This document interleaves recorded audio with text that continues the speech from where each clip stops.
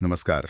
आज हम बात कर रहे हैं 1999 की हिंदी फिल्म सूर्यवंशम के बारे में। जी हाँ, और हमारे पास इस फिल्म का एक काफी गहरा विश्लेषण है। बिल्कुल, हम इसकी कहानी, किरदार, अदाकारी और जो इसका एक स्थायी असर रहा है उसे समझने की कोशिश करेंगे।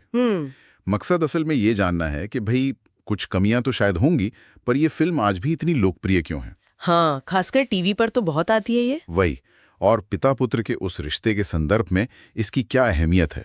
चलिए इस पड़ताल के जो मुख्य बिंदु हैं उन पर एक नजर डालते हैं। जरूर। तो विश्लेषण के मुताबिक कहानी जो है वो ठाकुर भानु प्रताप सिंह और उनके बेटे हीरा ठाकुर के इर्द गिर्द घूमती है। और कमाल की बात यह है कि दोनों ही किरदार अमिताभ बच्चन ने निभाए हैं। हाँ, ये डबल रोल वाली बात।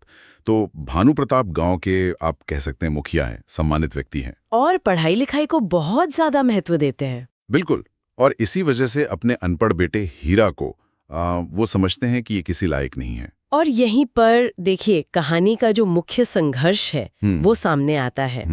एक तरफ वो पारंपरिक सोच है, मतलब शिक्षा ही सब कुछ है। हाँ। और दूसरी तरफ है हीरा का अपना एक सहज नेक स्वभाव, भले ही वो पढ़ा लिखा नहीं है। तो ये विश्लेषण बताता है कि कैसे उसे न सिर्फ पिता से बल्कि समाज से भी उपेक्षा मिलती है। हाँ, और ऐसे में उसकी पत्नी राधा, जो सौंदर्या ने निभाया है किरदार, वो उसका साथ देती है मजबूती से। सही कहा।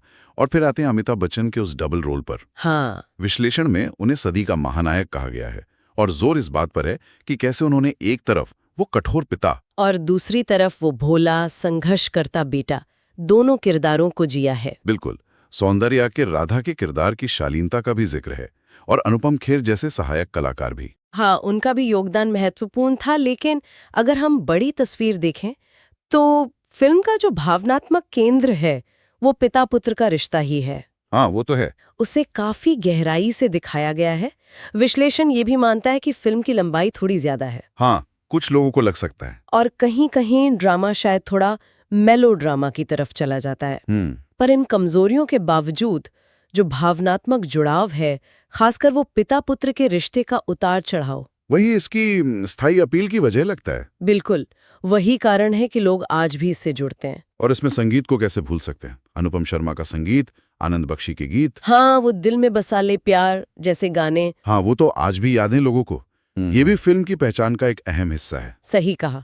गाने कहानी के मूड को और किरदारों की भावनाओं को उभारने में मदद करते हैं, सिर्फ बैकग्राउंड स्कोर नहीं है। नहीं, बिल्कुल नहीं। अच्छा, इस विश्लेषण ने फिल्म को 5 में से 4 स्टार दिए हैं। जी। और ये भी नोट किया है कि टीवी पर ये अक्सर दिखाई जाती है। हाँ, ये तो हम सबने देखा ही है। ये दिखाता है कि दर्शकों में इसकी एक खास जगह बनी हुई है। तो उसका मतलब क्या निकलता है? यही कि हीरा अपने संघर्ष से, अपनी नेकी से, हाँ, अपनी सच्चाई और अच्छे कामों से आखिरकार सबका दिल जीत लेता है, यहाँ तक कि अपने पिता का भी। सही। तो संक्षिप्त में कहें तो विश्लेषण का निष्कर्ष यही है कि ये फिल्म पारिवारिक मूल्यों, त्याग और अंत में जो सुलह होती है उसके भावनात्मक चित्रण के कारण दर्शकों से जुड़ती है। और बच्चन का वो दोहरा अभिनय, वो तो मुख्य आकर्षण है ही। निश्चित रूप से। तो कुल मिलाकर सूर्यवंशम पे ये जो चर्चा हुई, ये बताती है कि ये फिल्म पिता पुत्र के रिश्ते और पारंपरिक मूल्यों पर एक असरदार कहानी पेश करती है। हाँ, भले ही कुछ सिनेमाई खामियां हो,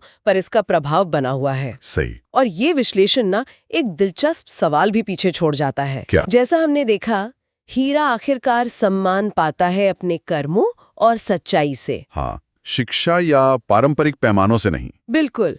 तो ये हमें सोचने पर मजबूर करता है कि हमारा समाज असल में काबिलियत को कैसी आंकता है।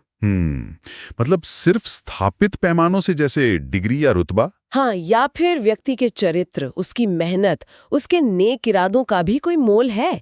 ये एक सोचने वाली बात है।